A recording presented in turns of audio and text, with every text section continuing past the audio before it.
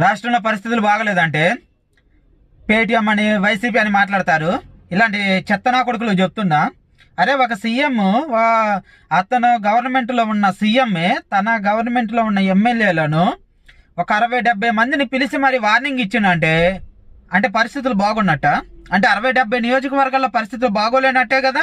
ఆ ఎమ్మెల్యేల పనితీరు బాగోలేదు, వాళ్ళ పద్ధతులు బాగోలేదంటే 60-70 నియోజకవర్గాల్లో పరిస్థితులు బాగోలేదనే కదా. పరిస్థితులు బాగోపోతేనే కదా వార్నింగ్లు ఇచ్చేది. అంటే ఆ ఎమ్మెల్యేలు, అధికార పార్టీలో ఉన్న ఎమ్మెల్యేలు 60-70 నియోజకవర్గాల్లో సరిగ్గా పనిచేయట్లేదంటే ఇంకా గవర్నమెంట్ ఎక్కడ సరిగ్గా పనిచేస్తున్నట్టు? ప్రతిపక్షంలో ఉన్న వాళ్ళకి వార్నింగ్లు ఇవ్వటాలు కాదు, అధికారంలో ఉన్న ఎమ్మెల్యేలకే సీఎం పిలిచి వార్నింగ్ ఇస్తున్నట్టే పరిస్థితులు ఇంకెక్కడ బాగున్నట్టు? చెత్తనా కొడకలారా, ఇలాంటి వాటి గురించి ఏమి ఆలోచించకుండా మా పార్టీని విమర్శించును, మా గవర్నమెంట్ని విమర్శించును, ఇంక ఇదే సోది మాటలు మాట్లాడతారు. ఇది ఎందుకు ఆలోచించరు?